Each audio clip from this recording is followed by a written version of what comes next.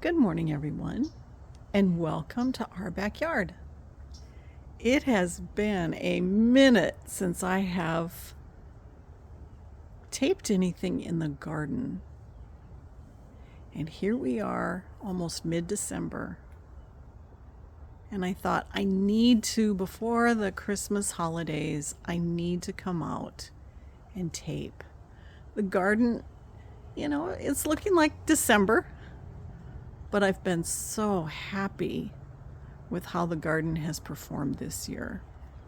My name is Crystal, and I garden in Zone 9 along the Texas Gulf Coast south of Houston.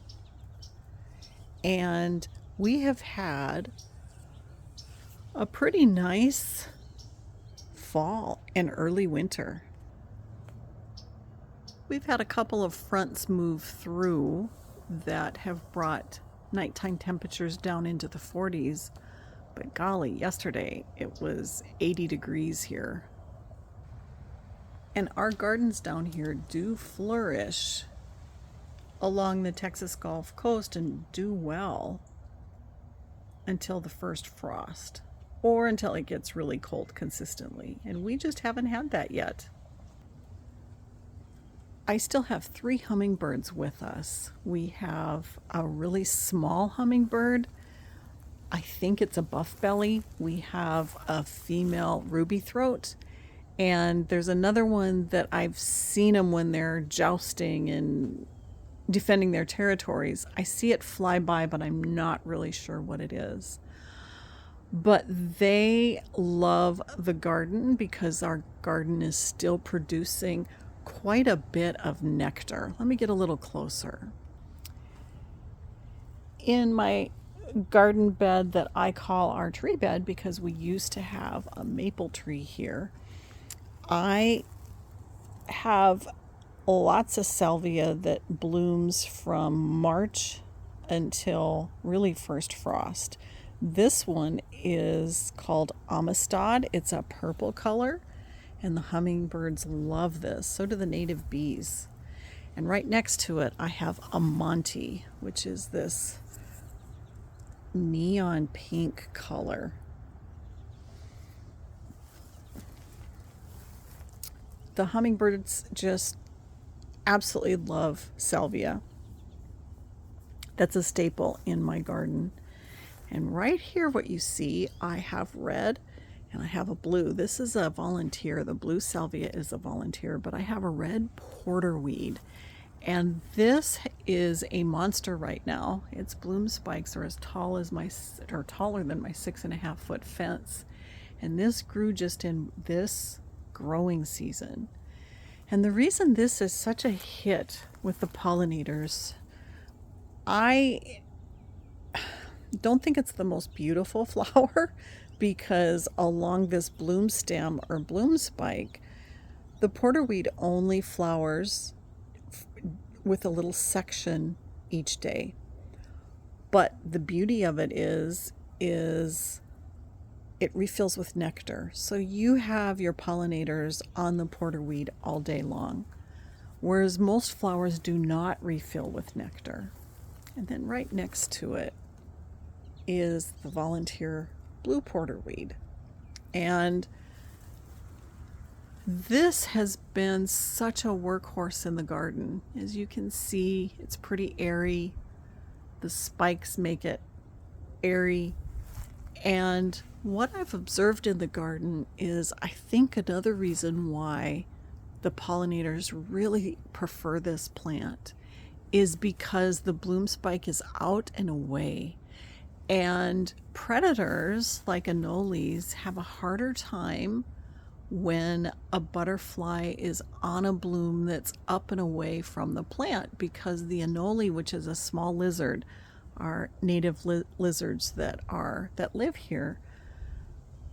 It's more difficult for them to get to the butterflies. And so I see butterflies on this plant all the time. And you might think, do you still have butterflies in December? And believe it or not, we do. This happens to be a chrysalis in my salvia. And I was surprised that I saw it. I guess I saw it because it was on an edge here. Otherwise, I wouldn't have seen it. And probably one of the reasons I see it here is because its host plant, which is the passion vine, which just grows beautifully down here. The passion vine that I have sustains so many of the Gulf fritillary caterpillars. And it's not like I go hunting for the chrysalis, but I will see them turn up in the oddest of places. This happens to be, oop, is it gonna focus here? Probably not. That happens to be on one of my containers. And I can come out here pretty much any time and find caterpillars on the passion vine.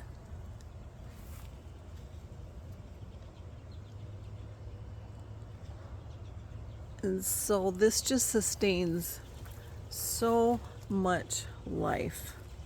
You really can't tell. I think you really can't tell that it gets eaten when you step back. When you get closer, you can see that it does have nibbling and holes in it from the caterpillars, but you really can't tell. And it's really important, if you're going to have a butterfly host plant, to make sure that you have enough of that host plant so you can sustain a lot. So you can sustain the eggs that the butterflies will lay. And even though my David Verity Kufia is not blooming prolifically because it's not warm and hot anymore, it's still blooming on the tips, and my hummingbird comes and visits the blooms every day. A couple of plants that do so well down here in the winter time are alyssum. This is from Proven Winners. It just blooms and blooms and blooms, and it has a nice light fragrance. And then also violas and pansies. I prefer violas to pansies because these are they produce nectar that the butterflies actually will land on and use, as opposed to pansies.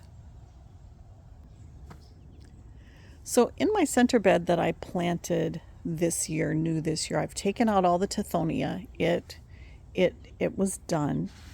And I have this monster dwarf porterweed.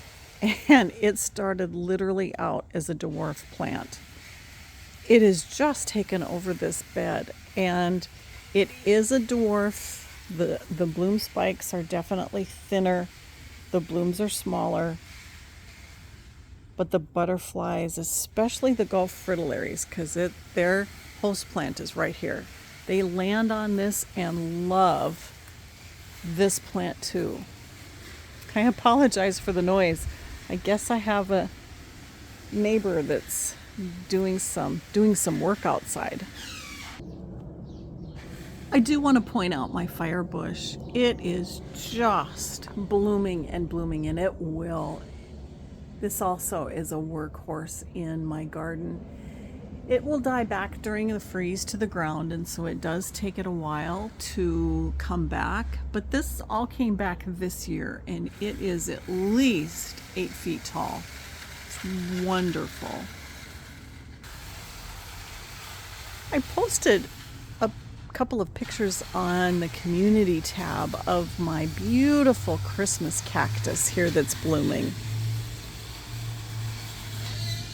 And this is my Christmas cactus from last year. And I have done nothing to this other than it was outside. I have it in a hanging basket under my tree. And, all summer long, It just was status quo. But now look at all these buds. Isn't that amazing? Again, I apologize for the neighbor doing some type of work and the loud noise. But I did want to point this out because this is just glorious, and it also is visited by my hummingbirds. Isn't that beautiful? I love that rich color.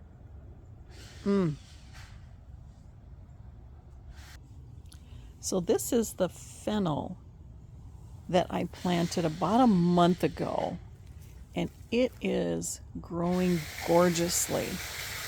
I am so glad that I planted it this fall instead of waiting until the spring, so it has time to develop the root system here. And it has grown at least doubled in size. I am so happy I did that instead of waiting until spring. Look at that. And the reason I had to is because I lost all my fennel this year. It all died. The other thing that our hummingbirds are absolutely loving is the Salvia madrensis, or forsythia sage. I so apologize. My neighbor is doing some yard work. But this is a yellow, butter yellow flower that our hummingbirds just absolutely love. And the hummingbird will be out here in this stand all throughout the day. But in the fall and winter, when there's not a lot of things that are blooming, it's so nice to have plants in your garden that are workhorses, that are pretty, but also produce. And so this Salvia madrensis is one of those. And then earlier you heard me complain about this albrito coleus. And I was so disappointed because all season long the foliage looked like this. And interestingly, it's starting now to get some color now that the temperatures have cooled down for us. So I don't know if that is a prerequisite for this particular variety from Proven Winners, but it's taken until now to get some of this really pretty color that I was hoping for all season long in the garden. And another producer, heavy producer in the spring and somewhat of a producer in the fall, is this Mexican flame vine. And this has been blooming like a champ for me. And so for my butterflies that I do have, they love to visit this plant.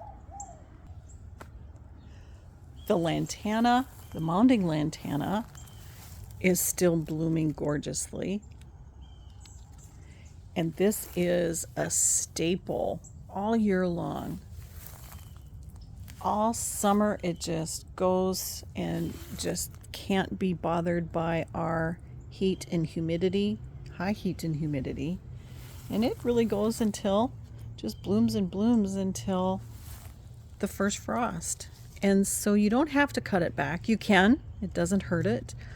But mine just keep blooming. If you get this sterile lantana, this is from the Bloomify series. This one happens to be red.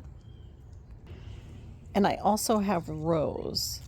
And if you get this Bloomify series, it mounds. It doesn't get sprawling and just go all over. It mounds up, and it is just a wonderful addition to the southern pollinator garden. I can't speak highly enough of this mounding lantana.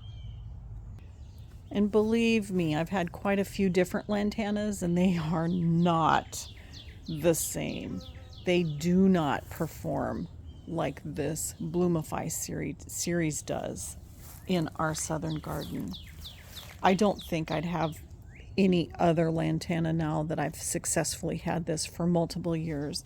And it comes back after a freeze and it just blooms and blooms. And since it doesn't set seed because it's sterile, that's what it does. It just concentrates on blooming. I love this in the garden. I still have tropical hibiscus blooming. I love the showy blooms from a tropical hibiscus. And my hummingbirds also visit this daily now. My mandevilla is still blooming. I love this pink color. And even though the azalea isn't looking great, it has been blooming.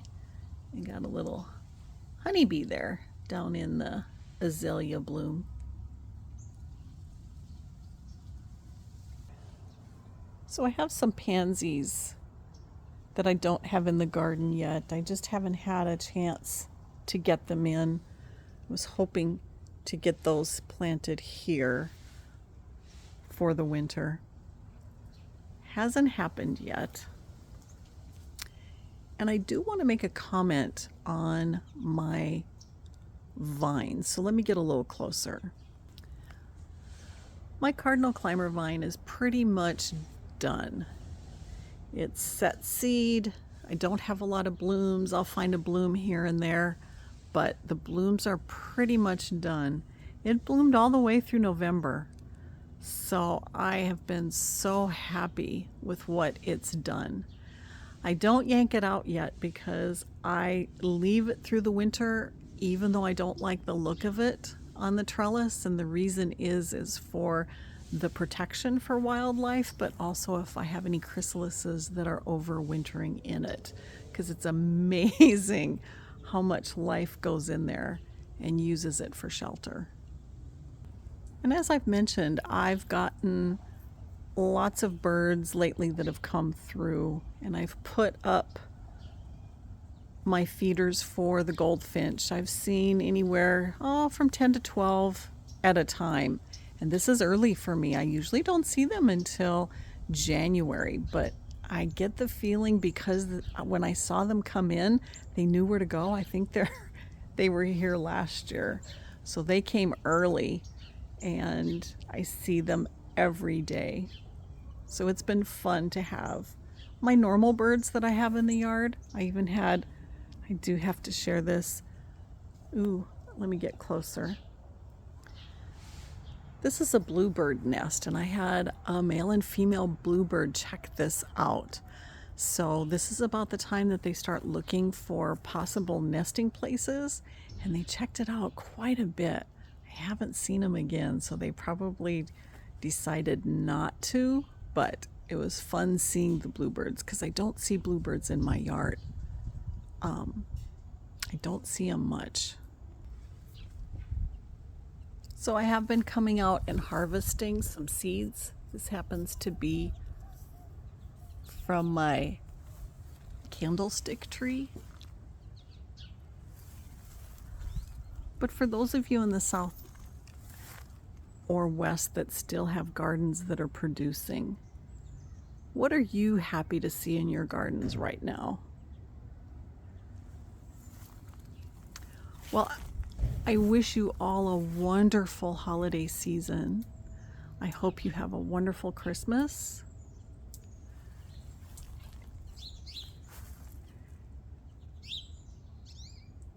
And I thank you for joining me. And I hope to see you again soon.